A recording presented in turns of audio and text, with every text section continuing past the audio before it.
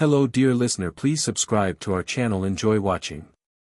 They say betrayal is a single moment, but I learned it unfolds slowly, like a trickling poison. My name is Marcus Hale, and I used to think I was a lucky man. Wealthy tech entrepreneur. Respected. Married to Julia, a luminous and gifted interior designer with a penchant for emerald green dresses and European furniture. People envied our lives. What they didn't know is that love, when layered with lies, becomes a beautiful prison. It started in a suite at the Four Seasons in San Francisco. Julia had just returned from a speaking engagement at a design conference. We were sipping wine. She looked at me, her eyes shimmering with something I couldn't quite read. If I vanished tomorrow, would you be okay? What kind of question is that? I said with a half smile, reaching for her hand. Just answer. Would you move on? I couldn't. There is no one else. There never has been. She stared at me a moment too long and then kissed me. But there was hesitation in her lips. I didn't see it then. Or I refused to. 3 days later, I received the call. Julia had died in a car crash near Lyon, France. She was supposed to be in Bordeaux consulting on a luxury estate. The accident raised questions. She wasn't anywhere near the project she mentioned. I flew out to retrieve her belongings. Her hotel room was too pristine, as if someone had cleaned it up before I arrived. Her luggage was untouched. Her makeup laid out like she'd just stepped into the bathroom.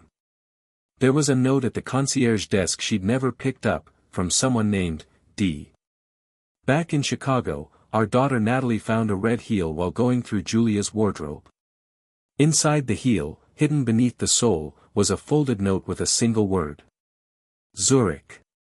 That night, I sat in the dark, holding a glass of scotch and that note like a message from the grave. Grief turned to insomnia. I combed through Julia's digital footprint. Passwords cracked. Cloud accounts opened. And then, her smartwatch chimed. A voicemail from an unknown number. I miss you, my light. I know you needed space, but this silence is unbearable. I'll wait for you in Zurich. Always. I dropped the watch. I wanted to smash it. Instead, I played the message again. The voice was cultured, French perhaps. Deep. Familiar with her in a way that made my stomach churn. I dug deeper. Found her backup storage. Hidden behind layers of encrypted folders was one labeled Moonlight. Password protected.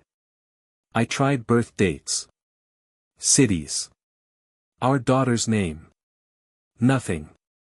And then, on a whim, I typed the word, Zurich. Click. Inside were thousands of photos. Julia and a man I didn't recognize. By lakes, at cafes, in bed. Some shots candid. Some intimate. There were love letters too. Poems. Plans to escape together. Even a message thread titled, The Lake House, with floor plans and furnishing ideas. They had a life together. A secret life. I enlisted Myra, a cybersecurity expert from my company. I told her I was chasing a lead related to a patent theft. She raised an eyebrow but agreed. In 3 days, she had a name, André Duval. Museum curator. Based in Zurich. Former art history lecturer. Widely respected. He'd once worked on a joint exhibition with Julia's firm a decade earlier. I booked a flight that night. Zurich was cold and grey, its beauty understated. I rented an apartment overlooking the Limmat River. André's flat was a few blocks away, above an antiquarian bookstore. I watched him. He was the kind of man people liked instantly. He fed stray cats. Helped an old woman cross the street. Smiled like the world hadn't broken anyone. I followed him to a cafe where he played chess every Saturday. That's where I made my move. Mind if I join? He looked up, smiled. Please. French defense. Sure. We played. Then again, the next weekend. And the next. I gave him a fake name, Daniel. I told him I was a novelist. Lonely. Curious. He liked to talk. Told me about a woman he'd lost. She was a designer. American. We met in Prague. What happened? She died. 2 months ago. He didn't say her name. But I saw the flicker in his eyes when he mentioned Zurich. The ache. The guilt. Natalie had found more. Emails on Julia's old phone. Romantic ones. From Andre. She called me, trembling. Was Mom in love with him? Yes, I said. For 12 years. What are you going to do? I didn't answer. I sent him a message. From Julia's email. Simple. Dinner? Our old spot. His reply came instantly. I thought you'd never write again. He dressed up. Shaved. Bought lilies. Waited at a rooftop bar in the freezing wind.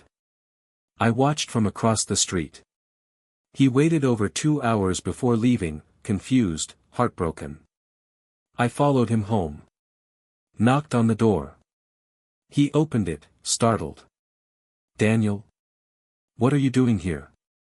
I lied, I said. My name is Marcus Hale. Julia was my wife. His face turned ghost white. No. She never said she was married. She was. For 22 years. He staggered back, speechless. Tears welled in his eyes. We sat in silence. She was sick, I said. Breast cancer. Refused treatment. Said she didn't want to lose her beauty. She didn't tell me. She didn't tell anyone. He reached into a drawer and pulled out a sketch. A lake house. Furniture labeled with notes, Julia's handwriting. She wanted to build it for us. I looked away. Natalie arrived in Zurich the next day. What are you trying to prove? That you were more worthy, she asked me. I just want to understand. She loved you both, Dad. But you want to punish someone. And he's the only one left. She was right. We held a quiet memorial back in Chicago. I invited Andre. People stared, unsure who he was. He read a poem. It was about love, distance, and not knowing someone fully even when you hold them daily. When it was my turn, I nearly exposed her. But Natalie gave me one look. A plea. So I spoke of love. Of mystery. Of letting go. Weeks later, I received a package. Inside, Julia's journal. Pages of sketches. Her thoughts. Notes to Andre. Notes to me. One line stood out. Maybe one day Marcus will understand that I didn't stop loving him. I just couldn't breathe in the life we built. I returned to Zurich alone. Visited the lake. Rented a canoe. Brought the journal. I read her words to the wind. Cried. And let the pages go, one by one, into the water. I still hear her sometimes. In the rain. In Natalie's laughter. In the way silence can fill a room with more than noise. Justice never came.